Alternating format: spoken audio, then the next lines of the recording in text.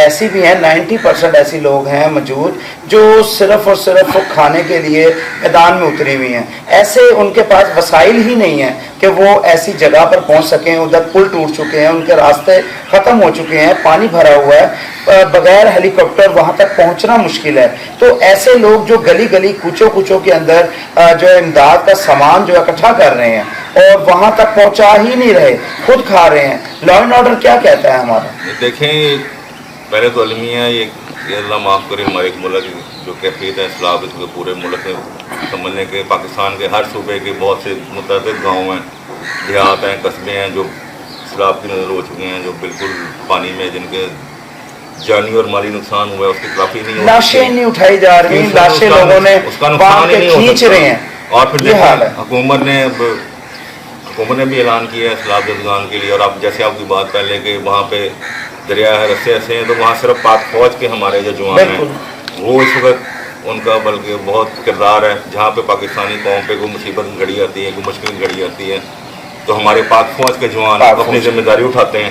اور اس دفعہ بھی انہوں نے ذمہ داری اٹھائی سیلاب زدگان میں.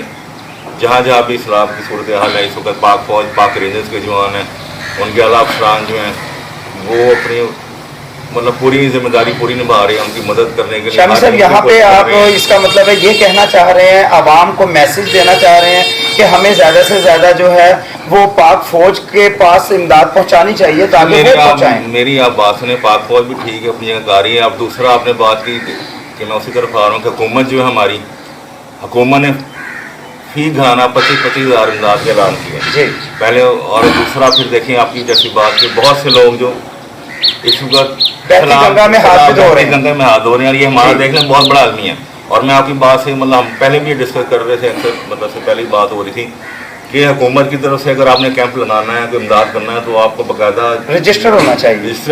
رجسٹر کے علاوہ ان کا اپنا محکمہ جو ہے سرکاری ڈی سی او سے, آپ کو آر پی او سے یا مطلب اجازت لینی پڑتی ہے. جی بالکل. اور لیکن یہاں پہ آپ دیکھ لیں کہ یہاں پہ تو ان کو گلی گلی میں بیٹھے ہیں صرف. اور مطلب ایک اللہ معاف کرے ظلم ہے, ایک کسی غریب کا صدقہ کھانا تو ویسے ہی اللہ معاف کرے. یہاں تک کہ ایک تو المیہ یہ ہے کہ ہمارے یہاں پر آپ بجلی, پانی, گیس جو بھی دیکھ رہے ہیں, اس کے بعد ہمارے پاس پیاز نہیں مل رہی, ٹماٹر نہیں مل رہے, شارٹ ہو گئے ہیں. کیوں؟ کیونکہ ہمارے پنجاب کا جتنا بھی مال آگے جا رہا ہے وہاں پہ جہاں سیلاب آیا وہاں پہ میں خبر پڑھ رہا تھا کہ انہوں نے چیزیں جو ہیں مطلب اپنے ایک تو کہتا ہے نا کہ ریٹ سستے کر دیں, انہوں نے اپنے ریٹ چیزوں کے سستے کر دیں, ڈبل کر دیں دکانداروں نے, اور اس سے بھی وہاں پریشان ہے.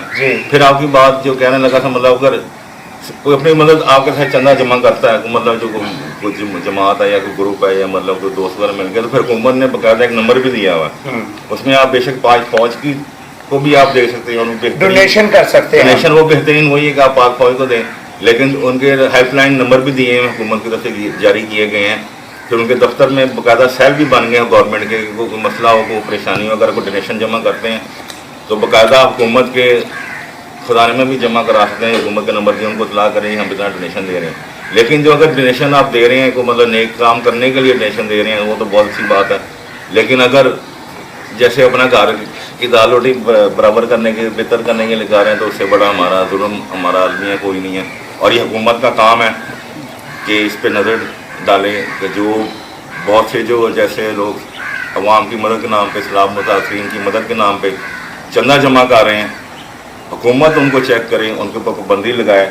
یہ حکومت کا کام ہے, یہ انتظامیہ کا کام. انتظامیہ جو انتظامیہ ہر شہر کی اپنی اپنی انتظامیہ, ہر انتظامیہ کا کام ہے کہ آگے عوام کو ریلیف دے, عوام کو سمجھے, عوام کو سمجھائے, یا ان کو چندہ جمع کرنے سے روکے. یا اگر چندہ جمع کرتا ہے تو پھر اپنی نگرانی میں خود ان کو باقاعدہ ان کو ایک فارم ہے, لیٹر جمع کر ایشو ہوتا ہے, ان کو باقاعدہ اجازت نامہ ہوتا ہے.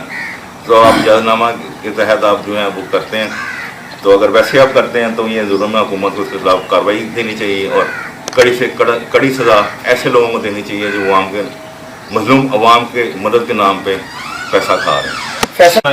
یہاں پہ میں فیصل مجیب شامی صاحب کی بات کو لیتے ہوئے عوام تک پہنچانا چاہتا ہوں اپنے چینل کے توسل سے کہ خدا را آج اس ٹائم جو سیلاب جو آیا ہوا ہے ہمارے, اور گلی گلی کوچوں کوچوں جیسا کہ فیصل شامی صاحب نے ہمیں کہا کہ یہاں پہ امداد کے لیے جو ہے وہ سینٹر کھول دیے گئے ہیں. خدا را دل بھر کے دیں امداد، لیکن ایسی تنظیموں کو دیں، ایسی رجسٹرڈ تنظیموں کو دیں جس کا آڈٹ ہوتا ہے، جس کے پاس ایک لیٹر ہے، ڈی سی او صاحب کا لیٹر ہو، جس کو حکومت چیک کرتی ہے، جس کے پاس وسائل ہیں وہاں تک پہنچنے کے۔ ہمارے چینل سے بھی اور آپ کو ویسے بھی دوسرے چینل سے معلوم ہو رہا ہوگا کہ تمام پل ٹوٹ چکے ہیں، راستے بند ہو چکے ہیں، لوگ وہاں پہنچ نہیں سکتے۔ مجھے بتائیں، ایک گلی کے اندر ایک شخص بیٹھ کے اور امداد کے لیے آپ لوگوں کو کہتا ہے، آپ سب امداد پہنچا بھی دیتے ہیں، وہ شخص جو اٹھ کر ایک ٹرک نہیں لے کے جا سکتا، ایک جہاز پہ نہیں سامان لے کے جا سکتا، آپ کا سامان، آپ کی دی ہوئی امداد وہ ان مظلوموں تک کیسے پہنچائے گا؟ آپ اپنے دماغ کو استعمال کریں، ایسی تنظیموں، ایسی این جی اوز کو دیں جو کہ پاک فوج کے ساتھ منسلک ہے، یا ڈائریکٹلی پاک فوج کو دیں تاکہ وہ ہیلی کاپٹر کے ذریعے ان تک پہنچائے جہاں پر پہنچنا مشکل نہیں، ناممکن ہے، وہاں پر ہیلی کاپٹر پہنچتا ہے، وہاں تک امداد پہنچائی جاتی ہے۔ مہربانی کر کے اپنے امدادوں کو غلط استعمال مت کریں، یہاں ایسا نہ ہو کہ یہاں پر قلت ہو جائے، پنجاب کے ایریے میں، دوسرے ایریوں میں قلت ہو جائے۔ ماشاءاللہ مخیر حضرات لاکھوں نہیں، ہزاروں نہیں، لاکھوں کی تعداد میں ٹرک کے ٹرک بھر کے بھیج رہے ہیں۔ یہ بھی ہو سکتا ہے کہ وہ ٹرک کے ٹرک جو بھیجے جا رہے ہیں وہ کہیں خراب ہو جائیں، ذخیرہ دوزی ہو جائے اس کی، یا الٹ جائیں۔ اس لیے پاک فوج زندہ باد، پاک فوج ایک زندہ باد ہمارا پاکستان کا ادارہ ہے، اس پر ہمیں پورا اعتماد ہے، ہم پورا بھروسہ کر سکتے ہیں۔ اس کو ڈونیشن دینی چاہیے تاکہ پاک فوج، ہمارے جوان جو ہیں وہ مختلف وسائل سے ہمارے جو دیوی امداد ہے وہ اس سیلاب زدگان جو گھرے ہوئے ہیں پانی کے اندر، جو گھرے ہیں ان ایسے راستوں میں جہاں جانا ممکن نہیں، اپنے ہیلی کاپٹروں کے ذریعے ہماری امداد کو وہاں پہنچائیں۔ اگلے پروگرام تک کے لیے اجازت دیجیے۔